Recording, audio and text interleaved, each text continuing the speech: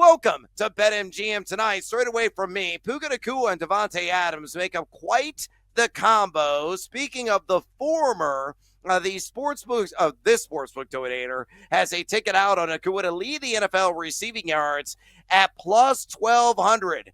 Tell me why I'll be right. Conversely, tell me why I'll be very wrong. Well, getting right into it, yeah, I think this offense is going to be really interesting this year, and there's like no question now after 2 seasons, like Puka Nacua is the top guy.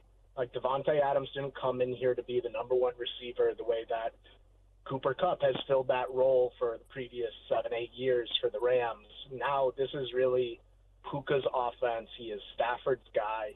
And I think he's going to see a lot more creative ways for them to game plan for him. And you're already seeing him learning a lot from Davante Adams at OTAs this year. I saw him on the sidelines working with Davante on releases and things like that, ways to get open at the line of scrimmage. I think you're going to see a more elusive and just more featured version of Puka Nacua this year. Flip side, as always, is he plays a really physical brand of football. He is not afraid to get his nose in there in the run game. He's not afraid to take a hit over the middle of the field. And so you're risking, does he miss a couple games with ankle, with a hamstring, with just like a rib? You saw him his rookie year come down really hard on his shoulders on the sidelines, making a toe tapper. So I think that's like the one risk that you run with a bet like that.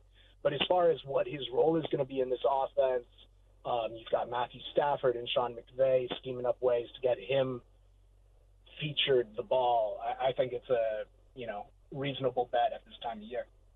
Nice. Yeah, that's where I want to go, the offensive side of the ball. Matthew Stafford, still last year, 3,762 yards. That's like right where his season prop is. He had 20 touchdowns, 8 picks, so no drop-off, but he's 37 years old when we kick off the season, week 1. Any concerns, maybe about a dip-off here at age 37, or do you think he could duplicate or maybe even, put up better numbers with this, with Davante Adams now being added to the mix? Yeah, with Davante there really makes it interesting. Also, a full year of a healthy Tyler Higbee. You really saw the Rams offense take off last year, and Stafford in particular take off, particularly in the red zone and just converting on third downs to keep drives alive once Higbee was back from his torn ACL. So I think he has the tools around him. And then I think the really interesting thing that kind of came up right as the season ended was Sean McVay was talking about wanting to have a more versatile offense, wanting to have an offense that didn't see a drop-off when guys got hurt, the way you saw at the beginning of last year when the offensive line got banged up, when Cooper went down, when Puka went down, when Higbee was still out. That offense really struggled to find a way. It struggled to run the ball during that time. Tutu Atwell and Jordan Whittington didn't really have any packages put in for them.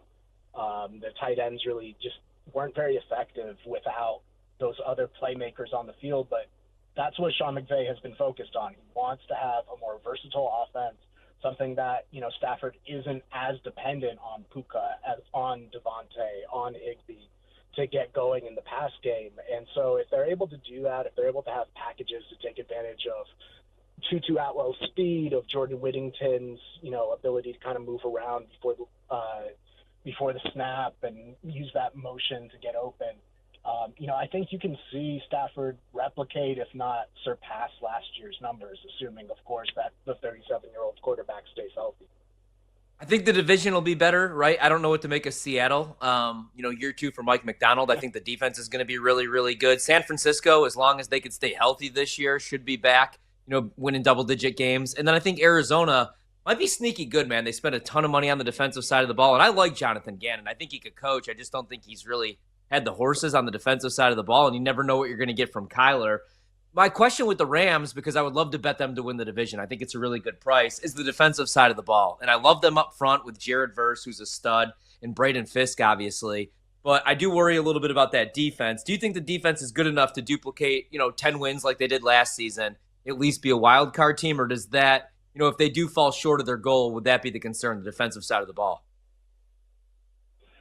I mean, that's definitely the biggest question, just because they don't have a lot of proven guys beyond that pass rush. But that pass rush is really nasty. Kobe Turner, the last 2 seasons, leads the NFL in pressures against double teams. Braden Fisk was getting better and better as the year went on. Jared Verse is, defensive rookie of the year, really a monster, and he was able to win that award without really putting up a lot of sacks. It was all about pressures for him, and he's very motivated to go and finish those off. So then it's just, are they covering enough on the back end to let that pass rush win? Are they winning in the rundowns to let that pass rush loose on second and third? They added Nate Landman to kind of shore up the run defense at linebacker alongside Omar Speights, who had a pretty good rookie year as an undrafted guy. Akello Witherspoon is back, 3rd year with the Rams. This is the first year he's had a full off-season program with the team, and he was a really effective corner for them late in the year.